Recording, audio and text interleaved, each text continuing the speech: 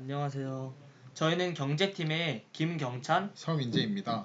오늘은 4월 2주차에 마케팅 강의 정리하는 영상을 찍어보도록 하겠습니다. 그럼 지금부터 시작하겠습니다.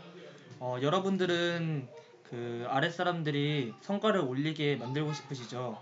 그때 하면 안 되는 게 하나 있는데요. 바로 민재야, 너가 뭔가를 하면은 내가 어떤 보상을 줄게, 이런 식으로 말하는 거는 가장 안 좋은 방법입니다. 이게 목표를 달성하면 인센티브를 주는 방법인데요. 이건 잠깐으로 봤을 때는 성과가 있지만 장기적으로는 역효과가 나게 됩니다. 이런 인센티브를 주는 방식은 단순하고 반복적인 일을 할 때는 효과가 있습니다. 뭐 예를 들어서 택배 일을 하는 사람에게 너가 택배를 뭐 한 개 내릴 때마다 뭐 1,000원씩 주겠다 이러면은 그 사람은 열심히 일을 하겠죠. 하지만 그 사람에게 뭐 시간급으로 주게 되면은 그 사람은 그냥 시급만 때우다가 가게 됩니다. 이런 식으로 단순하고 반복적인 일에는 효과가 있지만 뭐 공부 같은 지적인 일에 있어서는 오히려 역효과가 납니다. 공부를 하라고 앉아 있는데 그게 멍 때리고 있는 건지 공부를 하는 건지 모르잖아요. 그때 그냥 앉아 있기만 했다고 보상을 주는 것이 아니라 성과를 달성했을 때 그 잘했다고 칭찬을 해줘야 됩니다. 그런 칭찬이나 보상은 사전이 아니라 사후에 하는 게 되게 좋습니다. 그리고 성과를 올리는 세 가지 방법은 일단 첫 번째는 내적 동기를 주는 것입니다. 그리고 두 번째는 문제 해결 능력을 키워주는 것이고, 세 번째는 인내심이 있는 것입니다. 일단 첫 번째 내적 동기는 가장 중요합니다. 그래서 의미를 먼저 깨닫게 해야 되고요. 그리고 혹은 내적 동기가 없을 때 아주 강력한 외적 동기가 있으면 그럼 내적 동기가 필요가 없습니다. 이 외적 동기는 집에서는 안 되고 상황을 통제할 수 있는 되게 강력한 그런 학원 같은 데다 보내면은 뭐 외적 동기가 되겠죠. 이게 뭐 예를 들면은 어떤 사람이 나한테 와서 울면서 제발 100만 원만 빌려주세요 하면서 저를 설득해요. 그래서 제가 100만 원을 주게 될 수 있죠. 이게 내적 동기로 주는 것이고, 갑자기 어떤 사람이 와서 저에게 권총을 딱 겨누면서 너 100만 원 내놔 이러면은 되게 무섭겠죠. 이게 아주 강력한 외적 동기입니다. 그리고 내적 동기를 얻게 하려면은 시작과 끝을 알게 해야 돼요. 그래서 저희는 범주를 정해줘야 됩니다. 예를 들어서 우리가 뭐 올리브영 같은 데 가서 립스틱을 사려고 하는데 립스틱이 막 100개 넘게 있으면은 고르기가 힘들잖아요. 그렇기 때문에 립스틱을 여러 개 그냥 좀 적게 범주를 적게 함으로써 고르기 쉽게 범주를 설정하는 것이 있고요. 그리고 식당에서 메뉴판을 만들 때도 자신이 중점적으로 팔 요리들을 중간적인 가격대에 형성함으로써 손님이 딱 찾아왔을 때 너무 비싼 거 안 시키고 너무 싼 거는 또 안 시키고 중간적인 메뉴를 시킬 수 있게끔 도와주는 것입니다. 그리고 택시 운전사가 초보 시절에는 다리가 막힐 경우에 이 다리는 막히고 이 다리는 좀 덜 막힌다는 걸 알아서 덜 막히는 다리로 가요. 근데 그럴 경우에 손님이 막 짜증을 내죠. 왜 이렇게 막히냐. 그래서 그 택시기사가 나중에는 깨닫게 되고 나중에는 이제 길이 막힐 경우에 손님에게 다리를 선택하게끔 해줍니다. 그러면은 손님은 다리가 막히더라도 자기가 선택한 다리이기 때문에 뭐 불평을 못하게 되죠. 이런 식으로 손님에게 내적 동기를 그리고 선택권을 줘야 됩니다. 그리고 가치를 스스로 있게 하는 것입니다. 뭐 진로 같은 것도 엄마가 아이에게 진로를 정해주면은 진로 중에서는 쉬운 진로가 하나도 없어요. 그렇기 때문에 아이는 엄마가 정해준 걸 하다가 너무 어려워서 포기하게 됩니다. 그때 아이에게 진로를 선택하게 했다면 아이는 아무리 어려워도 본인이 선택한 거기 때문에 진로를 끝까지 최선을 다하게 되는 것입니다. 그렇다면 가장 성과가 좋은 말은 무엇일까요? 일단 첫 번째 최선을 다하라, 두 번째 성과를 내라, 세 번째 배워라가 있습니다. 이 중에서 가장 성과가 좋은 말은 배워라 아닐까요? 맞습니다. 일단 첫 번째 최선을 다하라 이렇게 하는 말은 그냥 누구나 다 할 수 있어요. 이 말은 진짜 영혼이 없는 말입니다.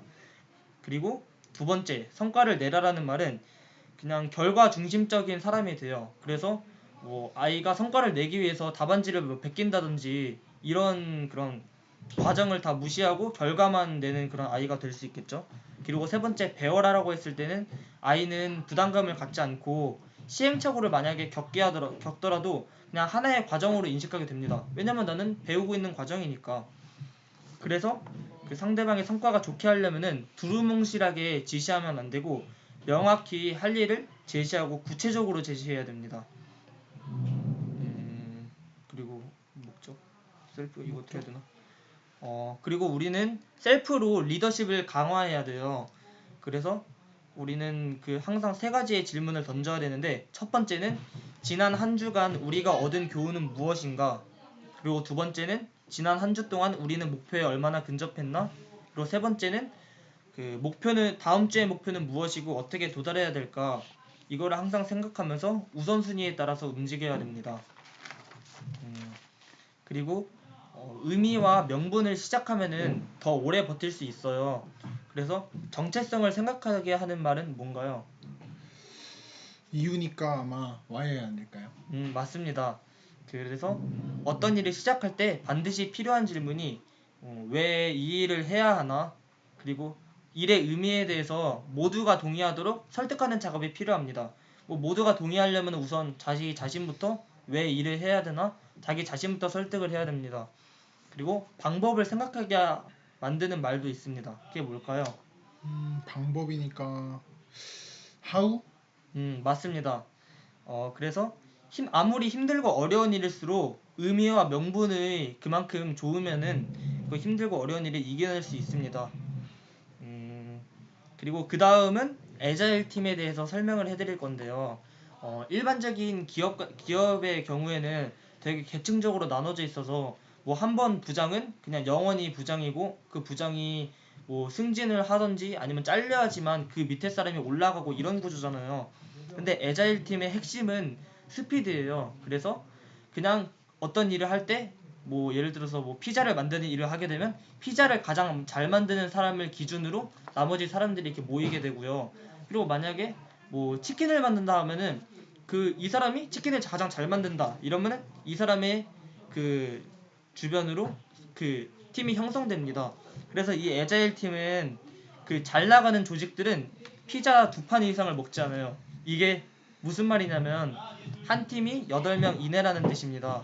그래서 아주 긴밀한 관계를 가지려면은 사람이 5명 내외여야지 되게 그 관계가 긴밀하게 됩니다. 근데 이때 주의해야 할 점이 혼자 하면은 안 돼요. 혼자 하면은 되게 잘 못 버티고 피곤해하고 집중력도 떨어져요. 그래서 심리적 동반관계가 되게 정말 중요합니다. 그리고 이 애자일 팀의 또 스피드를 유지하는 방법 중 하나가 그냥 아이템이 있으면은 무조건 질러요. 준비가 안 됐어도 무조건 지르고서 상대방이나 소비자들의 그런 피드백을 받고 그거를 재빨리 고치는 데 있습니다.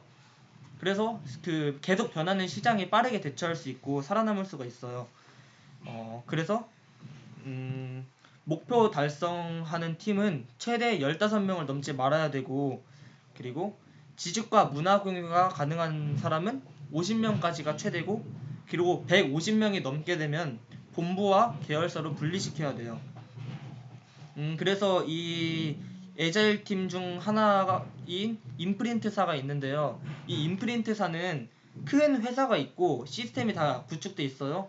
근데 거기 있는 사원들이 하나도 없고 그냥 그 직원들이 다 각각의 사장이 있어요.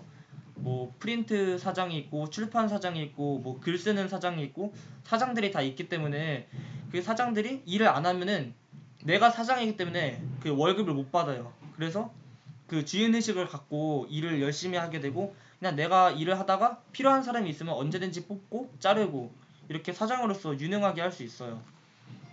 그래서 요즘의 트렌드는 그냥 큰 기업이 아니라 그 프리랜서가 유행하는데 이 프리랜서를 그 뭐 유식한 말로 1인 기업가라고 하고 그리고 소사장제라고도 합니다. 그리고 자 이제 세 번째는 신뢰가 되게 중요한데요. 이 신뢰를 붕괴시키는 세 가지 요소가 있어요. 첫 번째는 안전에 대한 위협입니다.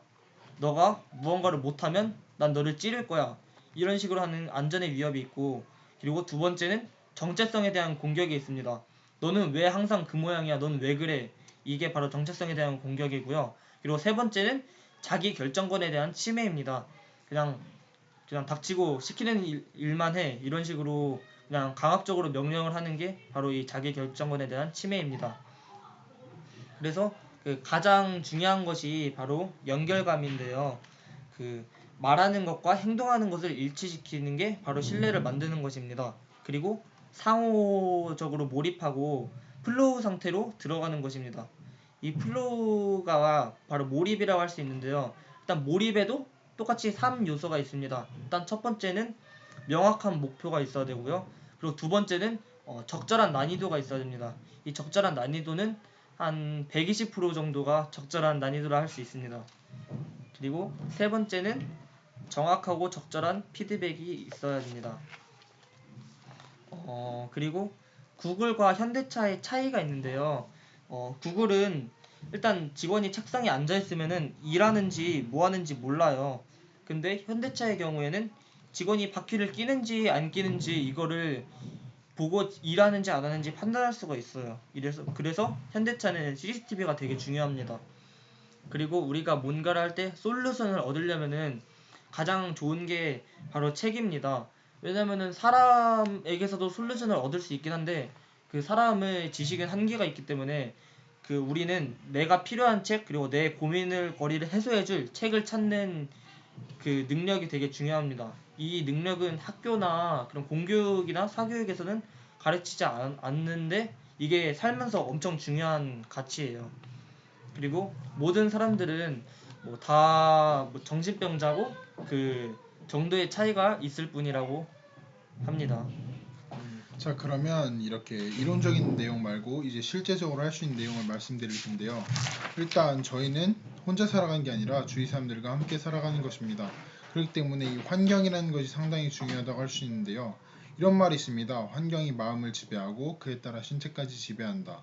이에 따른 영어로는 by doing good, being doing good. 선한 활동을 하게 되면 선한 사람이 된다. 그리고 이 사자성어로 표현하면 근묵자읒, 근 주사죠. 근주자적 이런 식으로 주위에 검은 게 있으면 나조차 검은색이 되고 주위에 붉은 게 있으면 나조차 붉은색이 된다. 이런 말이 있는데요. 이런 걸 따라서 우리는 주위 환경에 대해 많은 영향을 받는다는 것을 알 수 있습니다. 이 주위 환경에 따라서 이 3단계 영향 규칙이라는 것이 있는데요. 우리는 모두 친구를 가지고 있습니다. 그렇기 때문에 이 친구의 친구 역시도 친구를 가지고 있을 것이고 이 친구의 친구의 친구까지 가지고 있게 되는 것인데요. 이것들이 서로 영향을 펼치는 것입니다. 이것의 플러스 알파적인 요소로는 불행한 사람 이야기를 할 수 있는데요. 이 불행한 사람은 사회적 관계가 없는 사람이라 할 수 있고 이런 사람이 되려면 되고 싶지는 않겠지만 불행한 사람과 어울리는 게 가장 재빠른 방법이라고 합니다. 이 불행한 거 말고 행복한 경우를 따질 때 친구가 행복할 때 나는 15%더 행복할 가능성이 높아지고 친구의 친구가 행복할 땐 10%, 친구의 친구의 친구가 행복할 땐 나까지 영향을 받아 무려 6%나 더 행복할 가능성이 올라간다고 합니다.